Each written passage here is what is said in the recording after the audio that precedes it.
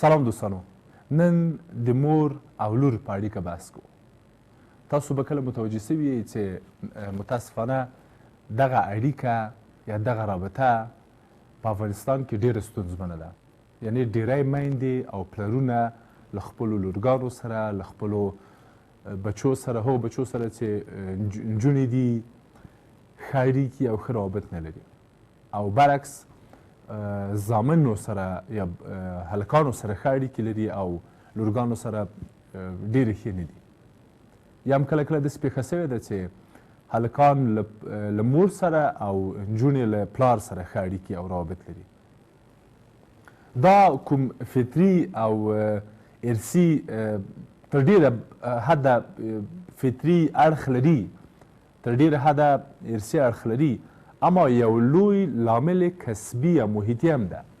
یعنې کله چې مور د لور پوښتنو ته، د لور اړیکو ته، د لور درک ته، د لور سره د لور په ژبه پوهېدنو ته او ورته نورو مسایلو ته ښه ارزښت نشي ورکولی، بیا لور راځي او دغه تنده په اصطلاح یا دغه لوږه له نور چا سره یا په ځانګړي ډول له پلار سره ماتوي. ځکه چې اړیکې او روابط خو په هر حال او په هر صورت د دې اړتیا ده. لور په هر صورت خپلو اړتیاو ته رسیدګي کوي او باید یې وکړي.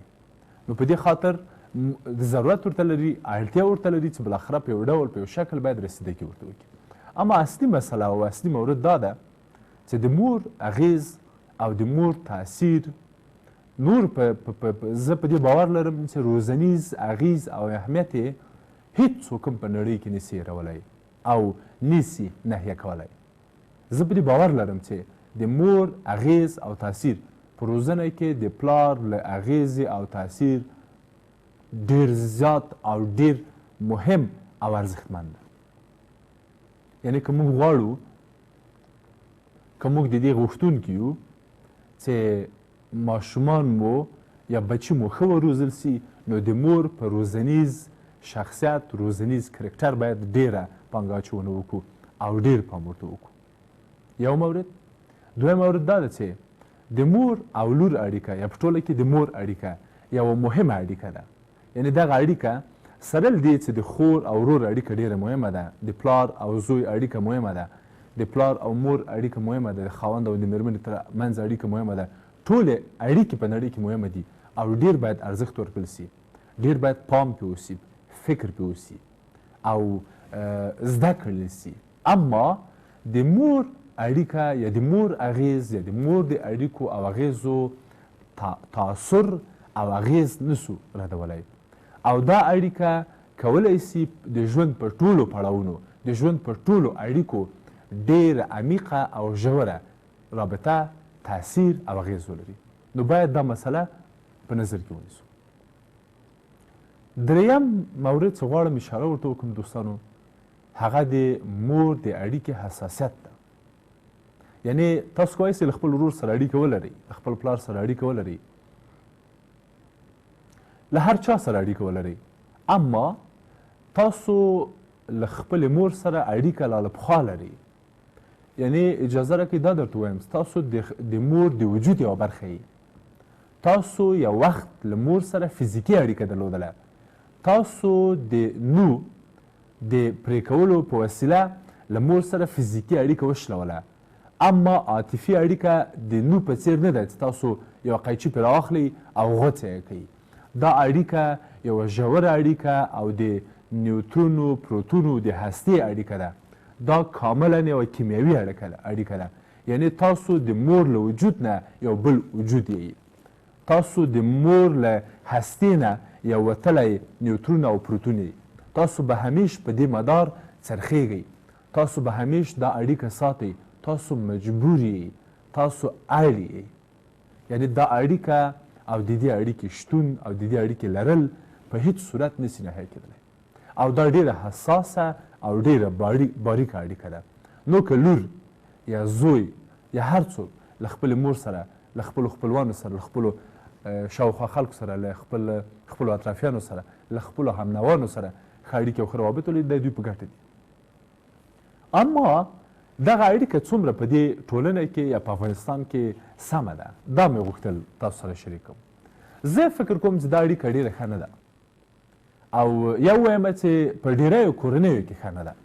کیدای شي ځینې دوستان زما خبره د خپلې کورنۍ په اړوند ونه مني، اما زه غواړم ووایم چې په ډېریو کورنیو کې یعنې له 80% کې کورنیو کې ډېرو کې دغه اړیکه ډېره د اطاعت او امریت اړیکه ده. یعنی په دې اړیکه کې ډېر ځله مور امریت کوي، ریاست کوي، کنټرول کوي، تصاحب کوي، نفوذ کوي او لور اطاعت کوي او خدمات یې رایه کوي. یعنی د یو مزدوري په څېر، د یوې کارمندې په څېر، د یو مادونې په څېر مخته ځي او کار کوي.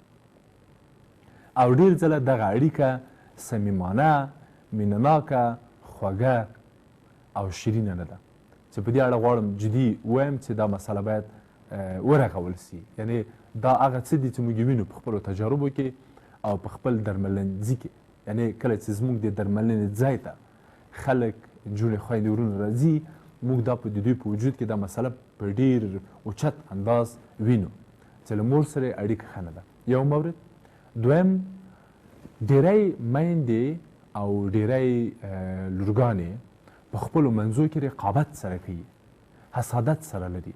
یعنی لور ډېری نننۍ د نن سبا لورګانې ډېرې هوښیارې دي، ډېرې لوستې دي، ډېرې په اسلام مطالعه لري، په ټکنالوژۍ سمبال دي، نورو خویندو نورو نجونو سره ښه اړیکې لري او دغه اړیکې او روابط دوی پخوي، دوی میچور کوي، دوی ته د دوی په بلوغ کې او د زر بلوغ کېدو کې مرسته کوي.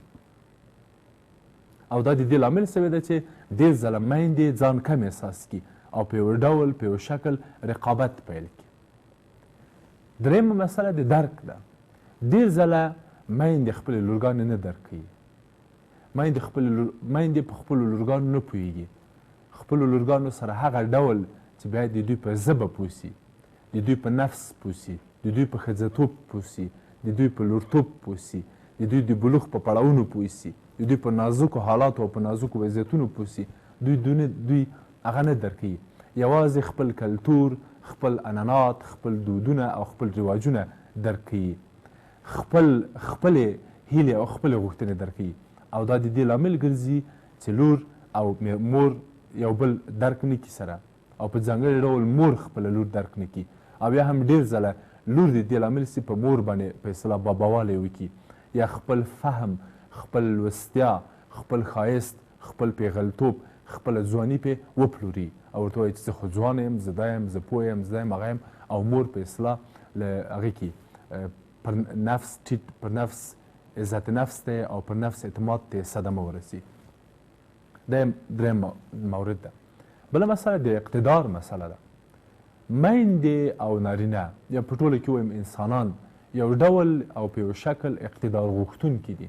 یعنې ځواکمنتیا خوښوي، قدرت خوښوي، ځواک خوښوي. او کله چې دغه قدرت او دغه ځواک د لور په وسیله یا د انګور په وسیله یا د هر چا په وسیله ورانیږي یا خرابیږي، نو بیا دا د دې لامل ګرځي چې هغه څوک چې قدرت پخوا ورسره و هغه مسله جوړه کړي، ستونزه جوړه کړي، ربړه جوړه کړي. چې په دغه برخه کې ما لږ مسایل درک کړي او زه هیله کوم چې میندې او پلرونه په ځانګړي ډول میندې او لورګانې باید دغه سیالي او دغه لوبه پیل نه کړي. یعنې له خپلې کورنۍ نه د لوبې میدان جوړ نه کړي، یوازې د خپلې لور او خپلې مور ترمنځ چې کومه خوږه اړیکه ده هماغه پکې وپالي او مخته لاړ شي. په دې کې د دواړو ګټه ده او دواړه وده پکې کوي او دواړه خپلو موخو ته پکې رسېږي. په دې اړوند یو څو لنډ وړاندیزونه هم لرم. اول دا چې دا رابطه باید ورغول سي. هر څومره چې دا رابطه ورغول سي، هر څومره چې په دې رابطه پام وسي، فکر وسي، خوږه وساتله سي، شیرینه وساتله سي، په همغه کچه اغېزمنه ده، خوږه ده. یعنې که مور او لور ښه اړیکه ونه لري، ښه روابط سره ونه لري، دا د دې لامل ګرځي سبا ته هم لور ته سر خوږی سي او هم مور ته. دویم مورد، زموږ هیلې او زموږ غوښتنې باید واقع بینانه وي.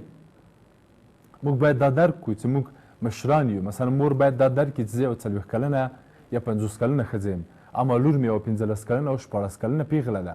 د دې فکر، د دې ځواک، د دې قدرت، د دې فهم، د دې خبرې، د دې استدلال، د دې درک له قضایاو نه د دې اخذه فرق کوي له ما سره، توپیر کوي له ما سره، نو بنا زه باید په دې برخه کې له دې سره اخوډب ونه کړم، جنجال جوړ نه کړم، مسله جوړ نه کړم. بله مسله تحمل ده. زه فکر کوم چې په هر حال اولادونه جنجالونه لري، ستونزه لري، ربړې لري. زه د یو پلار په حیث خبره تاسو سره شریکوم دوستانو. دا اړیکه، دا جنجالونه، دا ستونزې، دا ربړې باید په یو ډول په یو شکل مدیریت سي. یعنی موږ د یو پلار په حیث چې اوس پلار یو یا مور یو، موږ مجبور یو، موږ اړ یو چې زغم او تحمل لوړ کړو. که موږ وکولی شو چې خپل زغم او تحمل لوړ کړو، موږ دا اړیکه خوږولی او شیرینه کولی شو. بله مسله د شرایطو مسله ده. شرایط باید وګورو. شرایط څه دي نن سبا؟ شرایط څه وایي موږ ته؟ وضعیت څه ډول ده؟ یعنی که موږ خپلو لورګانو سره اړیکې خراب کړو، تاسو پوهېږئ چې د دې عواقب څه دي؟ زموږ لور ځي بل چا سره اړیکې جوړوي، له یو بلې ښځې سره یې جوړوي، له یو بل نارینه سره یې جوړوي، په کوڅه کې یې جوړوي، پوهنتون کې یې جوړوي، کورس کې یې جوړوي، مدرسه کې یې جوړوي، بل چېرته یې جوړوي، مکتب کې یې جوړوي، هر چېرته چې د دې بالاخره په خواله رسنیو کې جوړوي، نور ربړې جوړوي. دا مسله دې مسلې ته باید پام وکړي مور. یعنې که غواړي چې دغه حساسیت درکړي، باید دا مسلې ته پام وکړي.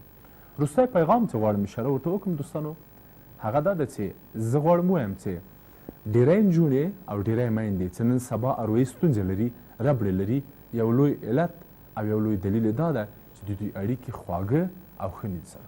دې اړیکو ته پام وکړئ، ارزښت ورکړئ او خپل روغتیا او سلامتیا وژغورئ. مننه.